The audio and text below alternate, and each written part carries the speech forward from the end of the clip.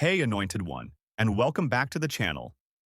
Today, we're diving deep into the latest and frankly disturbing developments from New Life Church in Colorado Springs. This story, centered around the deeply troubling CSA allegations against Robert Morris and the alleged cover-up, continues to unfold, and the pressure for accountability is clearly building.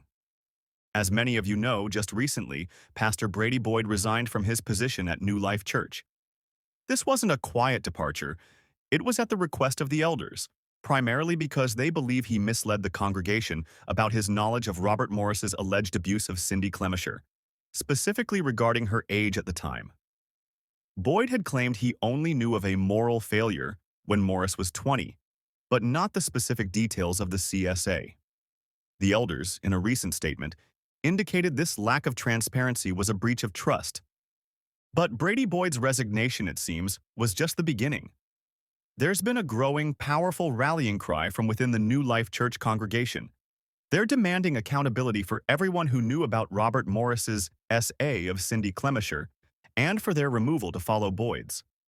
This pressure is coming through various channels: direct emails, Google reviews, and new Facebook pages specifically supporting Brady Boyd and calling for broader change. And they're getting results. We can now confirm that overseers Larry Stockstill and Greg Surratt have been removed from New Life Church's website. But even more significantly, Brian Newberg and Lance Coles have also been removed from the New Life Church website, and we can confidently confirm they will be resigning from their positions. We have access to a Q&A document that New Life Church elders shared with members this past weekend, and it directly addresses the resignations of Brian and Lance. Hey, can I just say, Charles Dickens in his famous novel, A Tale of Two Cities, opened the book by saying, it was the best of times, it was the worst of times.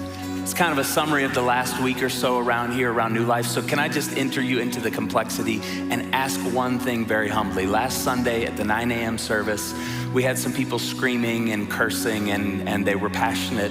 I understand the emotion, but a 13-year-old kid came up to me after the service weeping, and he said, I just wanted to stand up and say, we don't talk like that in the house of God. So can we just agree?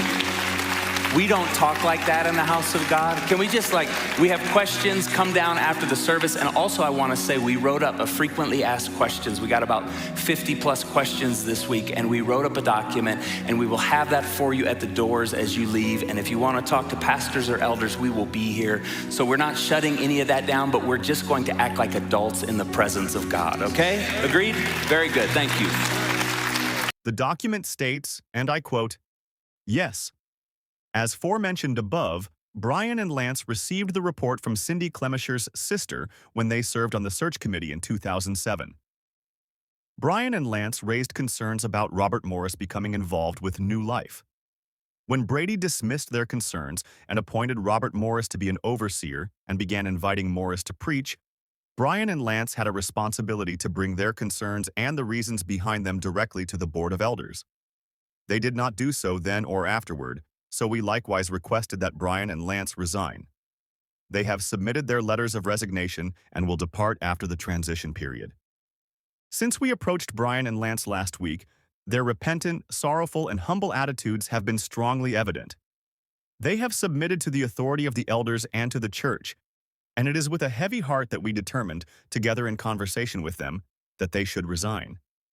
They have both expressed how deeply they regret not doing more to prevent Robert Morris from becoming involved with our church. We believe they would never intentionally do anything harmful to New Life Church. They are devastated, and so are we. Brian and Lance have asked for and received our forgiveness. They plan to do everything they can to ensure a smooth transition of immense institutional knowledge that together comprises more than 70 years of service to the church. We hope they will remain members for many years to come, and we know they would appreciate your prayers. Now, let's talk about Brady Boyd's situation, as addressed in the Q&A. Members have asked if New Life hopes to reconcile with him. The response is, of course. We will work toward that, and we will share anything that develops. However, when asked if Brady was repentant, the document states, at this time, Brady has not apologized, nor is he repentant for what we think constituted lying to New Life Church. or for failing to disclose to the elders whatever knowledge he had about Robert Morris before asking Morris to serve as overseer and to preach at our church. And on the question of whether Brady was disqualified from ministry, the elders believe he made a series of mistakes that disqualify him from serving as senior pastor of New Life. However, they do love Brady and consider him a significant contributor to the New Life story. While New Life Church is finally making some necessary moves with the removal of several key staff members, there is still an enormous elephant in the room that has yet to be publicly addressed. The core of this outrage, and the ongoing demand from the congregation, is the horrifying fact that in 2007, the Pastoral Search Committee, their newly hired senior pastor Brady Boyd, and almost assuredly other leaders within New Life Church, knew that Robert Morris had allegedly raped a 12-year-old child for over 4 years. They still brought him into their church as an overseer and a frequent speaker. A pedophile. Not just the few who have recently resigned, but all who knew in 2007 and beyond should be gone from New Life Church. They are complicit.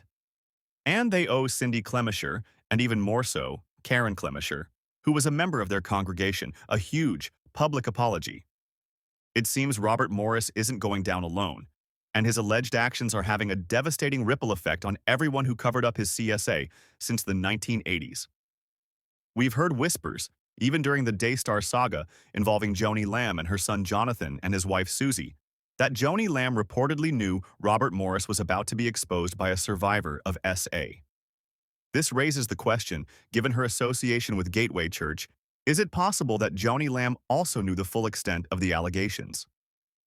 This is a question that many are asking, and it highlights the far-reaching nature of this scandal. This story is far from over. The push for true, comprehensive accountability at New Life Church and beyond is gaining momentum. We will continue to follow these developments closely. Make sure to hit that subscribe button and turn on notifications so you don't miss any updates as this story continues to develop. Let us know your thoughts in the comments below.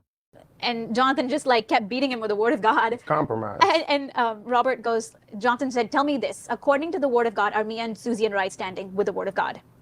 And he goes, yeah, biblically you're right, but please don't uncover me. Don't uncover me. I heard that and I was just like, oh, God, what's the point of a pastor if you want to be covered and hidden? Is this the same Robert Morris who had the whatever issue? Yeah. I was like, but even Robert Morris said that biblically we're right. And this is not about right or wrong, but let us have our convictions. And she goes, oh, there's a woman in Oklahoma who's about to expose Robert, so don't worry about him. And like laughed. We were like, so when you mentioned, people have dirt on each other. I'm just being real.